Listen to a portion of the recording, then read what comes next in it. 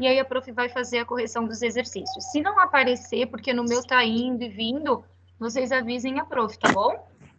Tá aparecendo direitinho? Sim. Sim, né? Então, vamos lá. A correção dos exercícios, tá? Então, o primeiro aqui era os exercícios do Tetra. E aqui tinha um textinho pequenininho para vocês responderem 3 questões com relação a esse texto pequenininho. Propositalmente, o prof selecionou já esse menor para que a gente conseguisse ler em conjunto, tá? Ou pelo menos que a gente conseguisse ler aqui no videozinho. Então, dizia assim, ó, Luciano aproveitou o fato de os pais... Isso daqui eu também deixei propositalmente, ó, para vocês observarem. Eu não sei se vocês vão lembrar, lá no primeiro vídeo, que a prof explicou para vocês que o sujeito da frase não pode ser preposicionado. E aí eu disse que era uma constante nos nossos textos a gente ter isso daqui, ó, não contraído, tá vendo? Luciano aproveitou o fato de os pais estarem dormindo e não dos pais, para mostrar que aqui, ó, eu não tenho esses dois contraídos, porque eu preciso da preposição e do artigo separado para não preposicionar o sujeito da minha frase. Eu já vou Ô, adiantar. Dai, Oi. eu não sei se sou só eu, mas eu não tô conseguindo ver tu passando o slide. Eu não passei, mas tá o primeiro ainda? Não, é que eu achei que tu tivesse posto uma frase já que tu estava falando, mas tá bom então. Mas tá aparecendo o texto para as questões de vocês. Oi? Tá aparecendo o texto. Eu não tô vendo, não sei se é só no meu que tá assim. Eu também não vejo. Professora, é que o modo apresentação não funciona. Como? Só funciona, tipo, o modo apresentação não funciona, ele não passa o slide. Deixa eu ver. O que aconteceu? Tá dando? Não. Agora foi. Agora foi. Ah, então assim, fechou? Uhum. Aham. Tá certinho agora? Então, vamos lá. Então, aqui era só para mostrar para vocês que não pode contrair, tá vendo? A preposição mais o artigo, eles estão separados por conta disso. Então, os pais estarem dormindo para dar uma volta com o carro. Luciano deu a volta, mas ao estacionar o carro na garagem, amassou a lateral. Horas depois. Luciano, vem aqui. Fala, pai. Que é isso no carro? O quê? Que o carro está amassado. E a porta amassou, é. Então, agora a prof vai passar o slide, tá? Para vocês observarem. Passou aí? Sim, passou. Tá? Primeira perguntinha que tinha ali para vocês resolverem. Que estratégia sintática o garoto utilizou na última frase do diálogo para não se colocar como agente da batida? Só que daí, quando eu faço desse jeito, aparece já a resposta que eu queria que vocês me dessem. Então, vai ficar desse jeitinho mesmo, tá? A ideia da estratégia era que ele empregasse a porta como sujeito do verbo amassar. Por isso que ele diz assim, né? A porta amassou. Quem é que amassou? A porta. Então, ele vai trabalhar essa ideia aqui da frase como sujeito para retirar dele a responsabilidade de agente da ação. Nessa aqui, era só responder a ideia de que ele coloca a porta como sujeito da minha frase. Tranquilinho até aí? Sim ou não? Número 2. Empregue outro tipo de sujeito com o qual a frase também teria o mesmo sentido. Sujeito indeterminado. Por que sujeito indeterminado? Alguém sabe identificar para a prof? Porque essa seria outra forma de, por exemplo, eu criar essa oração e que eu conseguisse manter, né, essa mesma ideia, o mesmo sentido original de, por exemplo, a porta amassou. Por que ele colocou como sujeito indeterminado, amassaram a porta? Quem consegue responder para a prof? Porque com o sujeito indeterminado, ele fala que não foi ele, que ele não sabe quem foi. Exatamente, isso mesmo. Porque uma das formas da gente criar o sujeito indeterminado, que é essa construção aqui, ó, do verbo na terceira pessoa do plural, faz com que haja aqui uma ideia de generalização, né? Um distanciamento de novo. Então, ele não consegue identificar ou não quer identificar. Porque a ideia da terceira pessoa do plural, quando vocês dizem assim, por exemplo, roubaram o meu lanche, ou eles roubaram o meu lanche. Qual é a diferença das duas frases? A intenção do falante. Quando a gente diz, por exemplo, assim, ó, roubaram o meu lanche, a minha intenção é justamente a de mostrar que eu não sei quem usou a ação. Quando eu digo, por exemplo, que eles roubaram, embora a concordância do verbo, a desinência do verbo seja a mesma, a terceira pessoa do plural, a intenção do falante é diferente, porque ele coloca ali um núcleo, né? Ele coloca uma pessoa do discurso, que é o eles. Então, ele mostra uma aproximação entre o agente da ação e ele, que é o emissor da mensagem. Então, por isso a indeterminação, tá? Muito bem. A 3 de vocês dizia assim: qual é o sujeito do verbo virei? Luciano, vem aqui. Se retirássemos a vírgula, o sujeito seria o mesmo? Esta daqui é uma baita de uma pegadinha nos vestibulares. É uma construção bem comum mesmo, que é essa ideia aqui, ó, de você colocar normalmente aqui um substantivo próprio e uma vírgula. Olha a diferença da frase se você tirar essa vírgula que tem aqui. Luciano vem aqui e Luciano vem aqui. Vocês conseguem perceber que existe uma diferença semântica das duas orações e aí automaticamente vai ter uma diferença na minha classificação sintática também? Conseguem pegar essa relação? Por exemplo, esquece o que está ali embaixo, tá? Quando eu digo assim, ó, Luciano, vem aqui. Quem é esse Luciano para vocês? Não precisa dar nome sintático, tá? Quando a gente diz assim, ó, ei, Tiago, olha para mim. Quem é esse Tiago para vocês na frase? É quem eu tô chamando, né? Exatamente. É quem você está chamando. Quando você usa essa construção da vírgula que a gente tem aqui, a gente transforma esse Luciano em um vocativo. O que é o vocativo, Dai? O vocativo nada mais é do que um termo que a gente usa na oração para chamar a atenção do meu receptor da mensagem. Ele é a identificação da segunda pessoa do discurso. Essa vírgula que está aqui separa essa estrutura aqui desta daqui. O vocativo nem sequer pertence a essa oração. A oração que a gente tem, o predicado que a gente tem, é só isso daqui, ó. Quando eu retiro a vírgula, eu transformo esse Luciano, ou eu retorno a ele a função de sujeito. Quando eu digo que o Luciano vem aqui, o Luciano passa a ser o sujeito da minha oração. Ele é quem vem, né? Não é mais para quem eu direciono a mensagem. Então, ele pergunta, quem é esse meu sujeito? Quando eu transformo aqui de novo nessa vírgula, o sujeito passa a ser um sujeito elíptico. Lembra que vocês chamavam esse sujeito de sujeito oculto? Hoje, a gente prefere nomear como sujeito desinencial, a gente usa sujeito elíptico. A UFSC fala elipse do sujeito. Nada mais é do que um sujeito subentendido. É um sujeito que a gente consegue identificar, mesmo não estando na minha frase, né? E aí, sem a vírgula, ele passaria a ser o sujeito da minha oraçãozinha, tá?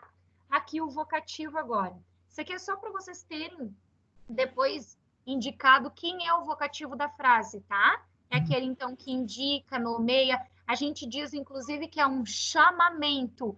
É uma palavra, assim, bastante engraçada, parece não ser usual, mas é a expressão correta, tá? Ele é um chamamento. É um termo pela qual a gente usa para interpelar. E ele obrigatoriamente precisa vir separado do restante da oração por intermediação da vírgula. Então, ele é um termo isolado. Ele pode vir aqui no começo, pode vir no meio e pode vir no final. Ele é completamente deslocável. Independente de onde vocês o puserem, tem que separar com a relação da vírgula, tá? Então, o que mais que a gente tem aqui? Eu vou só admitir alguns alunos que tem vários aqui esperando, né? Rapidinho. Pronto. Então, vamos continuar ali. Essa é a minha ideia de vocativo, tá? Agora aqui, ó. Essa relação do excerto. Quando eu fiz a apresentação do primeiro ano, a prof não deixou desse jeito o slide. Ele ficava normal e aparecia para os alunos. Não tem uma forma diferente de apresentar para vocês? Tem, né? Tem? Vocês estão me ouvindo? Eu não sei, prof, se tem. Mas, É que assim, Eu também não sei. mas é assim que está aparecendo para vocês em todas as aulas? Então, eu acho que tem outro jeito, porque os professores estavam conseguindo colocar o slide inteiro. Então, para mim também estava assim na outra aula e agora não apareceu. Mas depois eu Boa, provo Isa. e descobre como que é, tá? Ô, professora, falaram no chat que se você abrir o slide pelo próprio Microsoft Teams, você consegue apresentar pra gente. E foi por ele que eu abri isso, que eu tô achando engraçado. Bom, agora eu não consigo interromper, provavelmente por conta da gravação. Então, eu vou tocar o barco assim, mas depois eu vou ver o que aconteceu, tá? Às vezes alguma coisa que não configurou certinho, ou alguma coisa que eu tenha feito de forma diferente. Mas para você está impedindo alguma coisa de entender, não? Não, dá para entender certinho. Dá para entender igual. Então tá. Então a outra questão que vocês tinham no Tetra era essa questão 4 agora, tá? Que tinha um excerto de novo, um fragmento de uma canção do Noel Rosa, e aí ele fazia algumas perguntas de novo. Eu não queria que aparecesse a resposta, por isso que eu disse que tem uma outra forma que eu não entendi como, eu queria que vocês me dessem. Mas de qualquer forma tá valendo, tá? Ele pede para vocês identificarem o verso dentre esse fragmento que tem aqui, né? Quando eu morrer, não quero choro nem vela, quero uma fita amarela gravada com o nome dela. É uma canção até bastante conhecida. E ele pede para vocês identificarem 2 verbos aqui que sejam sinônimos, mas que possuem diferentes tipos de sujeito. E aí ele pede para vocês explicarem qual é o tipo de sujeito empregado pelo compositor em cada uma das orações. Então, aqui já está aparecendo, óbvio, mas a ideia dos verbos sinônimos que a gente tem nesse texto aqui estava naquele vídeo de vocês, no último vídeo, que era esse existir e esse haver. A gente sabe que o verbo haver, por exemplo, ele tem diferentes valores semânticos na língua portuguesa, mas um dos valores semânticos dele é essa construção do verbo haver com o sentido de existir, de acontecer. Qual é a pegada com relação a esses 2 verbos? Que é uma construção bem cobrada nos vestibulares. É o fato de, por exemplo, os 2 se substituírem na minha oração, só que a minha construção sintática é diferente. Como assim, Dai? Semanticamente, eles têm o mesmo valor. Se existe alma, se há uma alma. Se há encarnação, a diferença é que não há sujeito em um e há sujeito em outro. Tudo bem? Onde vocês usam o verbo existir, por exemplo, esse alma que está aqui é o sujeito. A alma existe. Só que onde tem esse verbo haver, isso daqui, ó, não é sujeito. Isso daqui é um objeto direto. Então, o que ele pergunta? Qual é o tipo de sujeito empregado? Nesta primeira aqui, o meu sujeito é alma, então é um sujeito determinado simples. E nessa segunda oração aqui, cujo verbo é o verbo haver, não tem sujeito. Na verdade, o que acontece? O verbo haver, ele é um verbo impessoal. O que isso significa? Que ele não consegue atribuir a nenhum ser o papel de agente da minha oração. Então, ele transforma, na verdade, esta oração aqui em uma oração sem sujeito. Se a prof pedisse para vocês substituírem esse verbo haver pelo verbo existir, isto daqui é uma construção comum na UDESC, por exemplo. Ela pede para a gente trocar o haver pelo existir e pergunta qual é a relação que se dará sintaticamente falando. Se eu trocar o verbo haver pelo verbo existir, a minha oração vai passar a ter sujeito ou continua sendo uma oração sem sujeito? O que eu tenho ali daí? Vai lá, Luísa, responde para a prof. Tem ou não tem sujeito se eu trocar o verbo haver pelo verbo existir? E agora? Terá sujeito na minha frase, tá? Se trocar o haver que está aqui pelo verbo existir, passa a ser sujeito à expressão outra encarnação, tá? Tranquilinho? Então, vamos lá. Reescreva o verso passando os substantivos para o plural, era a questão B. Quando tem o verbo existir, ele é variável, vai para o plural, porque ele vai concordar com o sujeito. O verbo haver, ele é invariável e não vai para o plural, porque outras encarnações não é o sujeito dele. Isso daqui é o objeto direto. Então, transformando essa oração no plural, eu tenho se existem almas, se há outras encarnações. Lembra que almas é o sujeito, outras encarnações é o objeto direto, tá?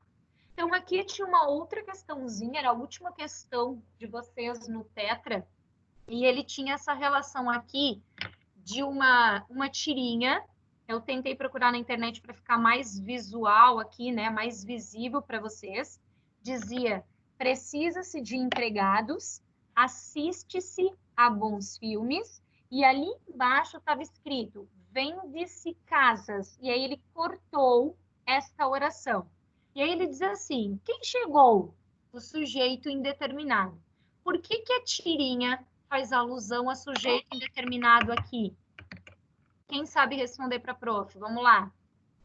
Por que que ela faz referência a sujeito indeterminado? Quem consegue responder? O pessoal está me ouvindo? Sim. Ah, e vocês estão com medo de responder?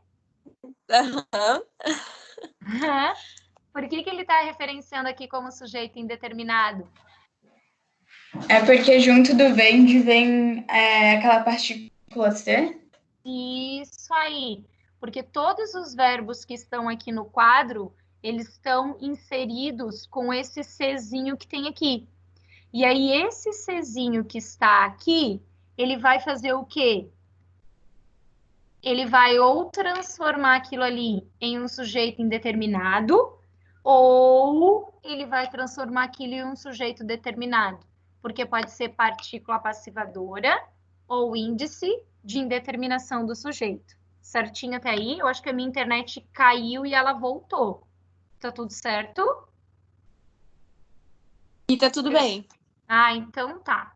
Então vamos lá, porque ele me pediu para conectar uma rede Wi-Fi aqui, mas eu acho que deu certo, né? Então ele faz assim, ó.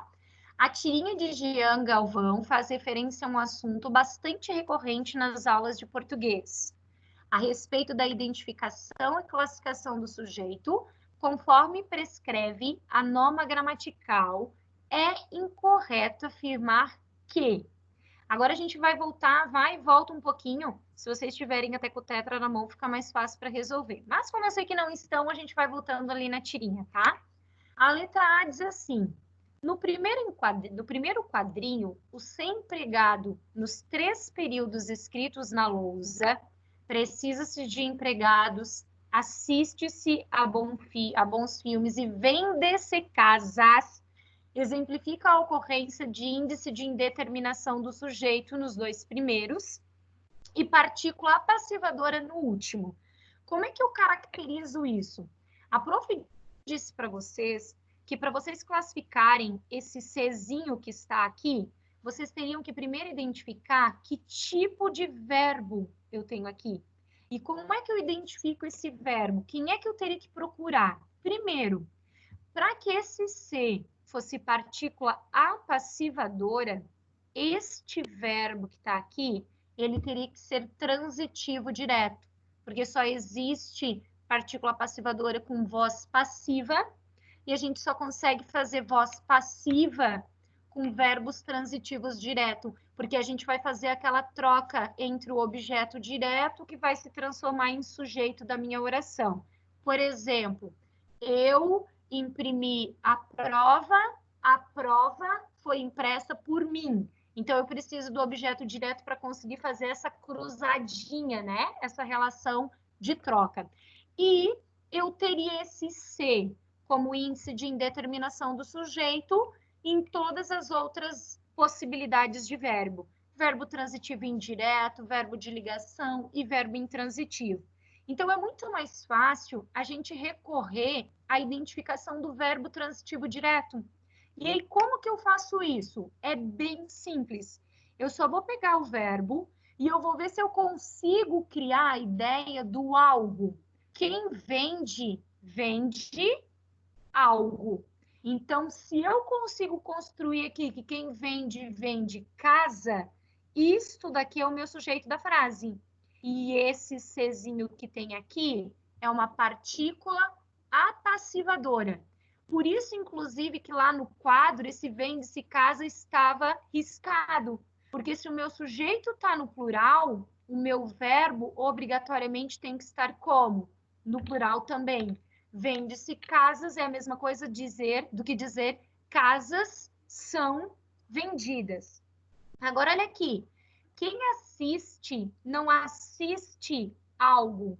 Quem assiste, assiste a algo. Então, esse azinho que está aqui é uma preposição. O que isso significa, Dai? Que o verbo assistir não é transitivo direto, ele é transitivo indireto. O que isso significa, prof? Que esse Czinho que está aqui é o índice de indeterminação do sujeito. Olha o último aqui. Quem precisa, precisa algo, ou quem precisa, precisa de algo. Ele precisa de algo. Se ele precisa de algo, esse Czinho aqui, de novo, não é a minha partícula, é o meu índice de indeterminação. Então, essa alternativa aqui é verdadeira, porque ele diz que os dois primeiros têm um índice de indeterminação e o último, uma partícula passivadora. Na letra B, o período vender-se casas, no primeiro quadrinho, está riscado, porque contém um erro de concordância verbal. Perfeito! Lembra que o verbo é transitivo direto e quem vende, vende algo. Este meu algo, que lá na voz ativa era um objeto direto, na voz passiva sintética, que é essa daqui, que tem o Czinho, ele se transforma em meu sujeito. Sujeito no plural, verbo no plural. Então, essa alternativa aqui também está correta. Na C, nas 3 ocorrências presentes nos períodos escritos na lousa, o C exerce a função sintática de índice de indeterminação do sujeito. Esta daqui, então, é falsa. A minha justificativa está correta, porque ele diz que se fosse índice de indeterminação, a concordância do verbo, de acordo com a norma culta, seria manter o verbo no singular. O problema é que o meu último não é índice de indeterminação. Então, a alternativa que está incorreta é essa alternativa aqui. Só para a gente analisar as últimas duas.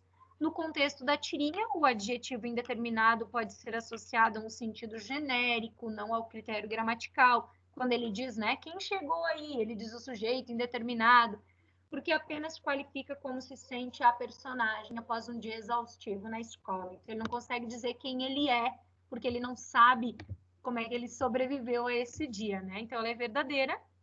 E a última, se no último quadrinho o garoto analisasse sintaticamente a frase proferida pela mãe, conforme a gramática, né, a norma gramatical, ele responderia assim, sujeito simples, quem, porque quem ela está perguntando, né? Quem chegou? E aí o sujeito da frase seria o pronome quem, porque quem está chegando, ela é correta também, tá? Então, alternativa C.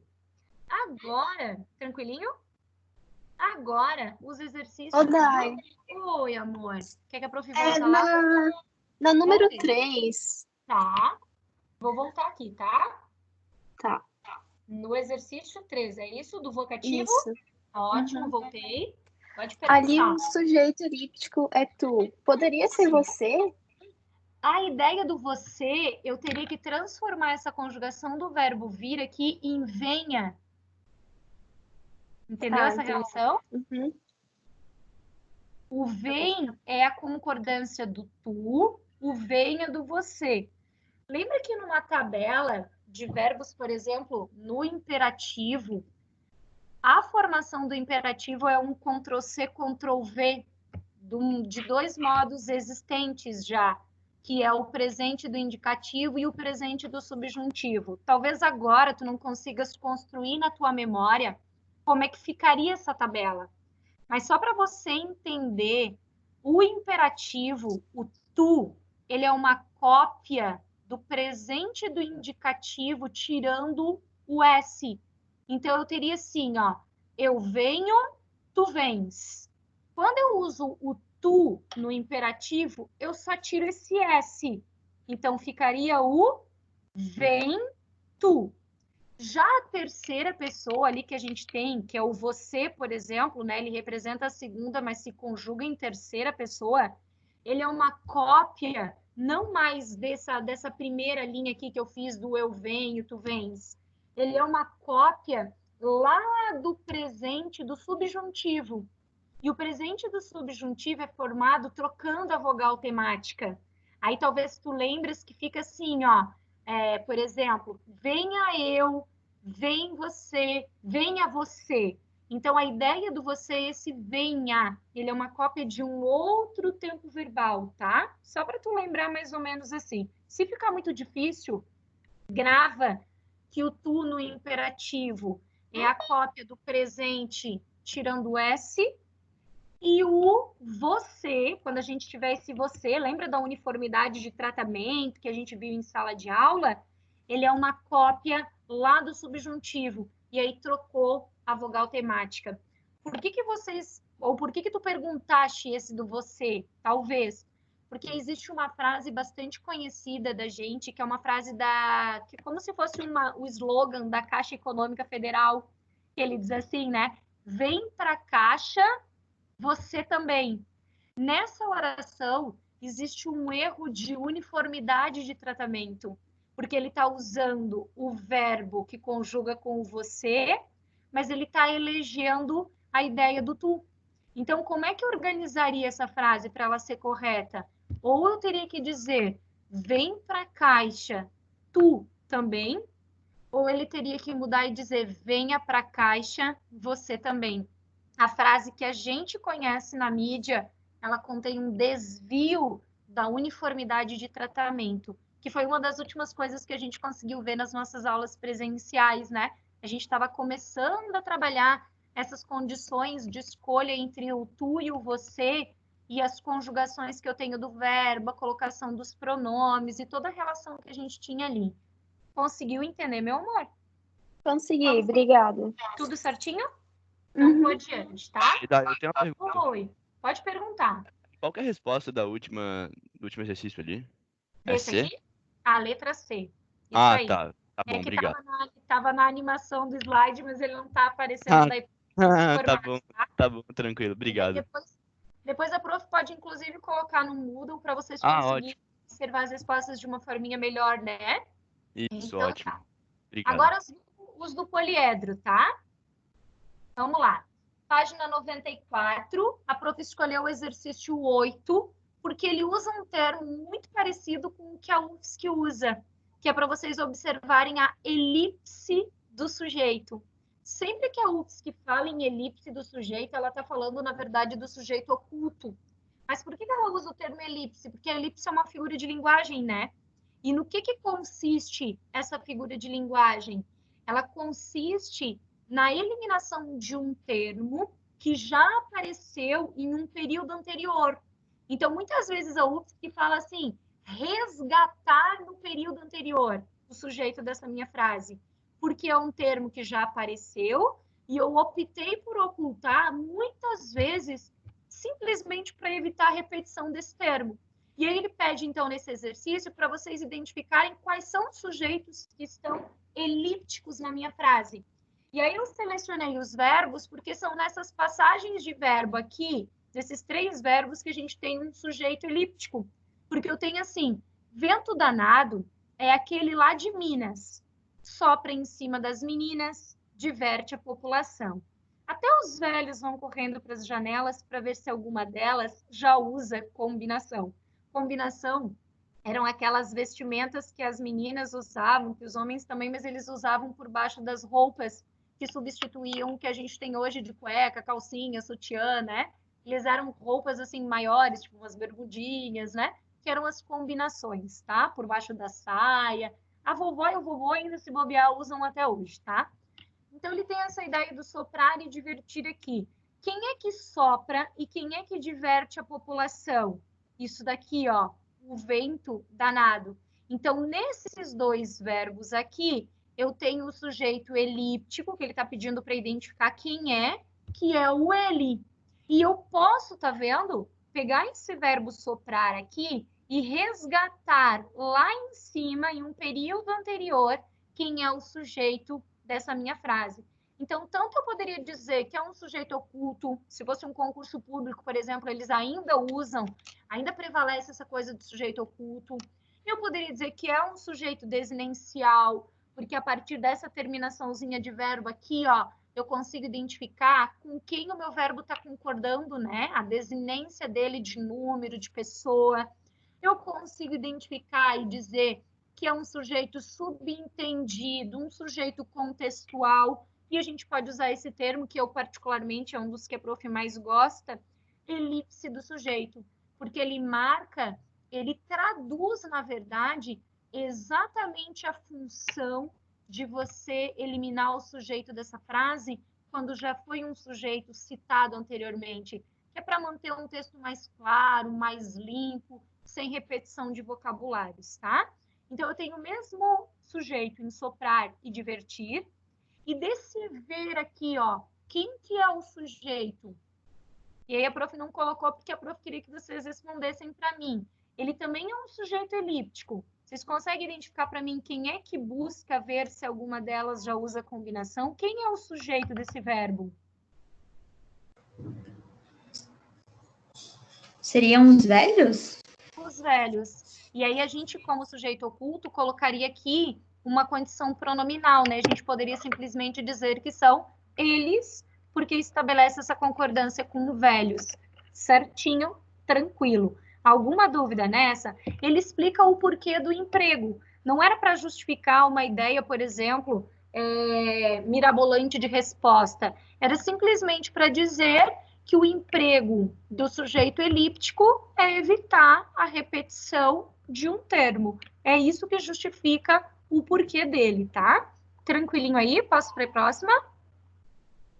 Então, exercício 23. Esta daqui é uma questão que pega um pouquinho, porque ele estava respondido para vocês, na verdade, lá no primeiro vídeo, quando a prof explicou o que era sujeito e predicado, e que eu mostrei os diferentes formatos que o meu sujeito poderia ter dentro da minha oração.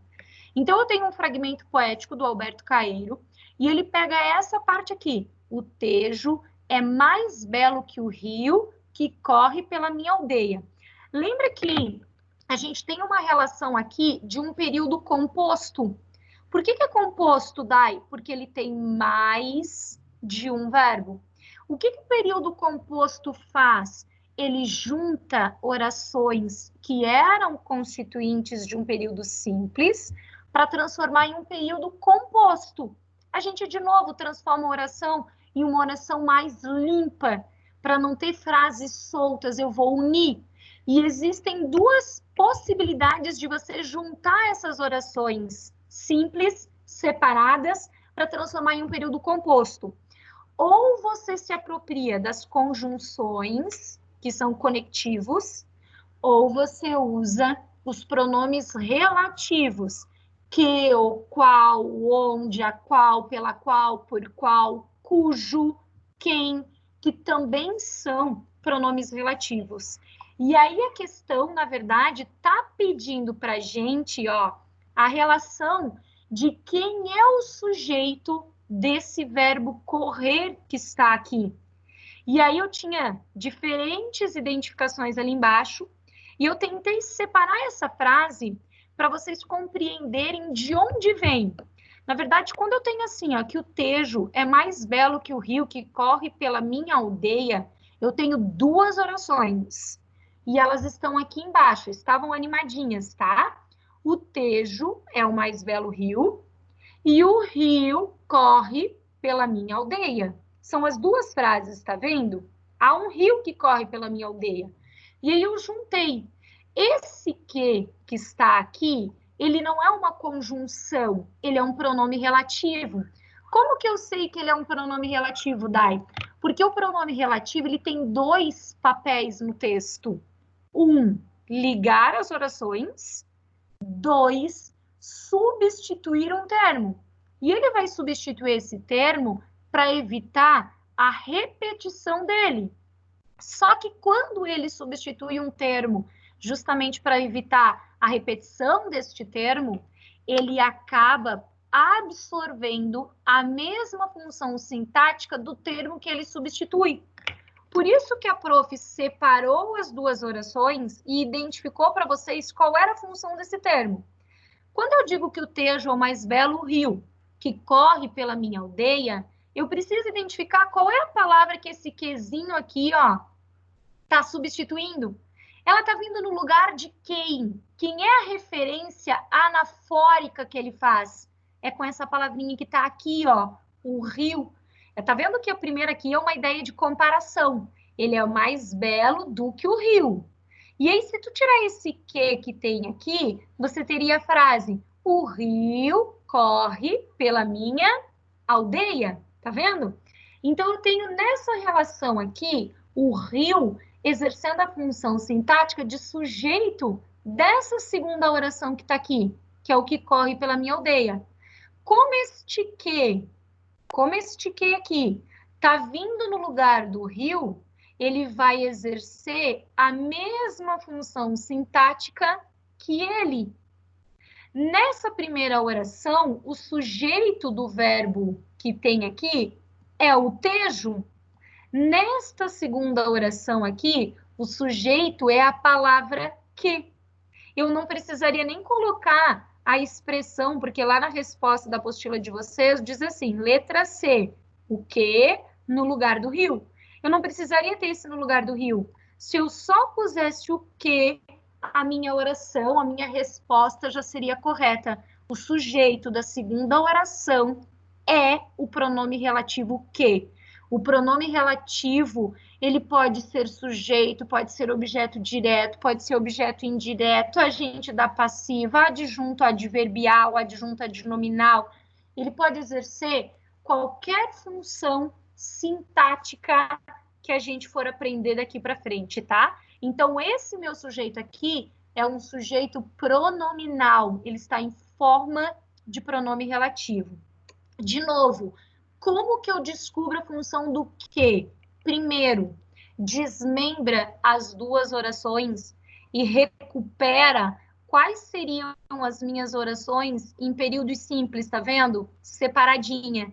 Descobre no lugar de que palavra o que está vindo e identifica a função sintática dessa palavra.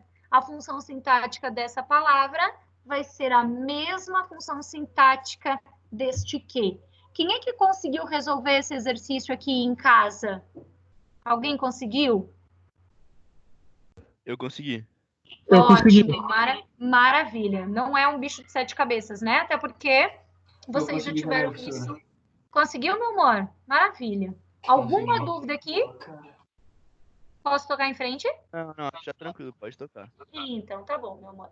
Aqui é uma bem facinha. Essa daqui talvez seja o fragmento e a questão sobre tipos de sujeito que a prof mais viu em concursos públicos, em vestibulares de outros estados. Aqui em Santa Catarina não vi ainda, mas em outros vestibulares muitas vezes. E é a identificação de quem é o sujeito de ouviram. Por que inicialmente a questão passa a ser um problema? Porque a ideia que a gente tem é de que o sujeito é sempre aquele que inicia a minha frase, né? Na minha ordem direta. E a gente aprende, por exemplo, no sujeito indeterminado, que ouviram é um verbo que está na terceira pessoa do plural e que se não há um contexto anterior, ele passa a ser um sujeito indeterminado. E aí essa acaba sendo a resposta que a maioria das pessoas colocam. Só que elas esquecem de identificar que o nosso hino, por exemplo, ele é praticamente personificado, porque ele atribui, né, muitas características humanas a outras informações que eu tenho dentro do meu texto, e ele é construído todinho em hipérbato ou hiperbato. Lembra que no primeiro vídeo eu explicou para vocês o que era a ordem direta e o que era a ordem inversa? A ordem inversa é quando você muda a posição do teu sujeito, quando você desloca o sujeito dentro da minha frase. Aqui eu tenho um sujeito, por exemplo, posto ao verbo. Ele vem depois do verbo. E aí ele pede para identificar quem é o sujeito dessa oração. Quem é que ouviram? Já que o meu verbo, ele denuncia o sujeito da minha frase. A frase está todinha invertida. Eu coloquei aqui, ó, a organização para vocês na ordem que eu tenho, tá? Então, colocando na ordem direta, quem é que ouviram alguma coisa? As margens plácidas do Ipiranga. O que elas ouviram? Um brado retumbante, um grito. De quem? De um povo heróico. Então, eu estou personificando. É como se eles dissessem que a única testemunha desse meu grito, né, desse grito de liberdade, desse desejo de liberdade, sejam as margens plácidas do Ipiranga, as margens tranquilas que eu tenho ali. É como se ninguém mais tivesse ouvido esse meu grito de liberdade. Então, o sujeito da minha frase são essas margens plácidas do Ipiranga.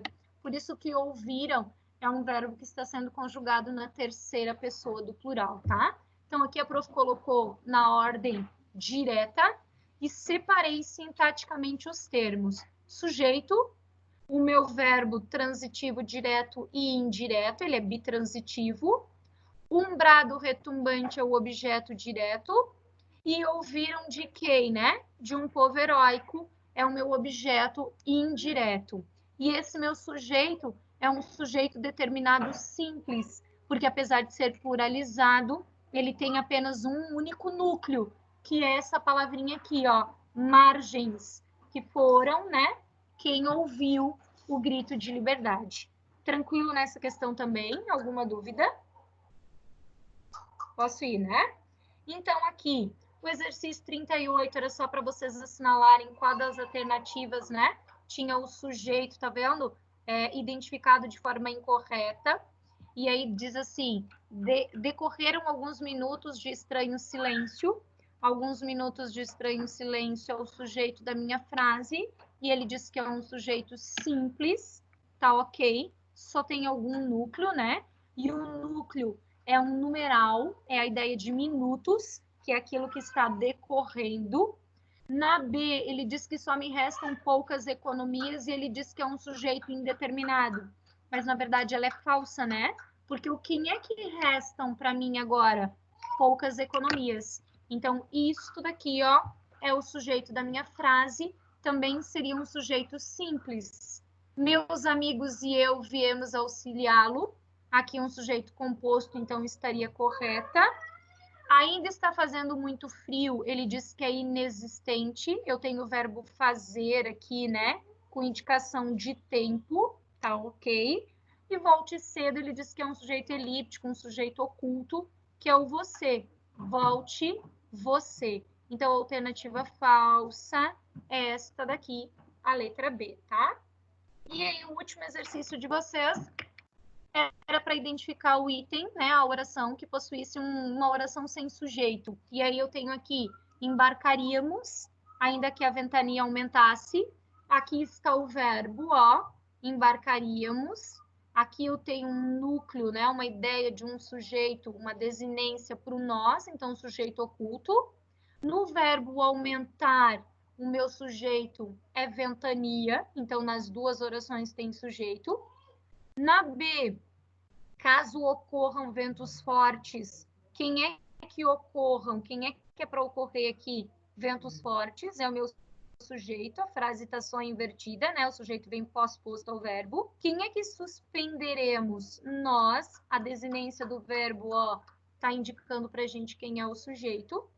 Na letra C, eu tenho duas orações, que é ventar e ter. E ventar está aqui como uma condição de oração sem sujeito, porque tem um fenômeno natural, o verbo pelo verbo, né? Eu não tenho sujeito nessa primeira oração, embora eu tenha na segunda. Mas como ele está pedindo um item que contenha uma oração sem sujeito, esta daqui é uma oração sem sujeito, embora aqui tenha. Então, a letra C seria uma resposta, né? Seria a resposta correta de vocês. Na letra D, eu tenho os ventos que chegam do sul, que são os ventos que impedem o embarque. E na C, quem é que ameaçava o nosso embarque? A ventania, e foi a ventania também que moderou. Então, a letra C é a única que possui uma oração sem sujeito, tá? Então, por enquanto, a gente finaliza essa correção e eu vou voltar aqui para ver se alguém tem alguma pergunta, alguma dúvida para a gente finalizar também, tá? Que eu acho que até a gente já extrapolou um pouquinho o tempo. Alguém tem alguma pergunta? Alguma relação de dúvida nessas questões? Ficou tranquilo para vocês entenderem os tipos de sujeito? Vamos lá? Alguma dúvida? Não? Pode ativar o microfone, não tem problema, tá? A prof vai até parar de gravar aqui. Pronto.